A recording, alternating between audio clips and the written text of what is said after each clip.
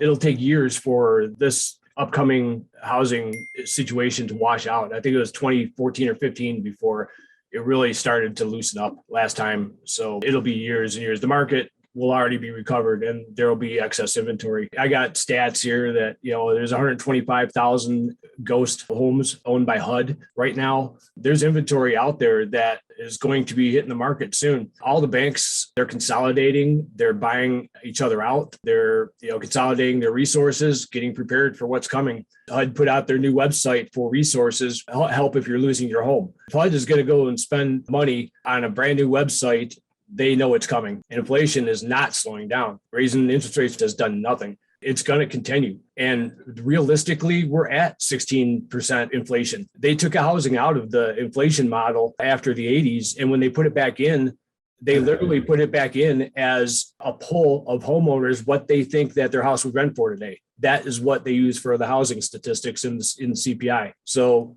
what does that tell you? It tells you that the CPI is just a bunch of fluff. They don't want the public getting too overly concerned about the reality. The reality is they probably do need to raise interest rates to 15% to stop it. And this is just a little game that they're playing because inflation, the government kind of likes it. It waters down the money that we owe to China and other places. So this will continue and rates are going to continue to go up. Inflation is going to continue to go up until the public gets sick of it and they demand change. And that's going to be at the voters' box. And I'm not political. I'm just saying that that's how it works. And there's history. Look at the history of these problems over the years. 1918 Black Monday market crash, the 1920s, the Great Depression, after World War II, the 1970s and 80s, 2001 when the tech bubble burst, 2008, and now.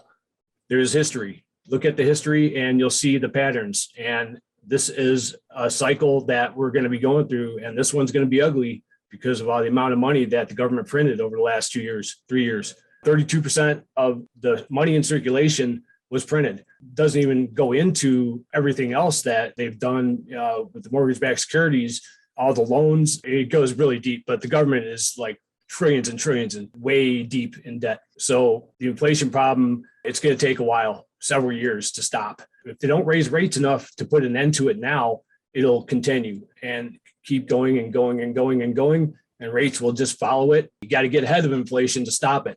Well, they're following it. They're following inflation. The media doesn't tell you this. The real estate gurus don't tell you this. I don't think they even know where to look for it. The talking heads on YouTube and the idiot box, the news stations. I know I've told people in my classes where the news comes from, but journalism died when the newspapers died. If you want the truth, you got to look where the source is, and that's in the government website. You can find it all right there, pls.gov. So that tells it all.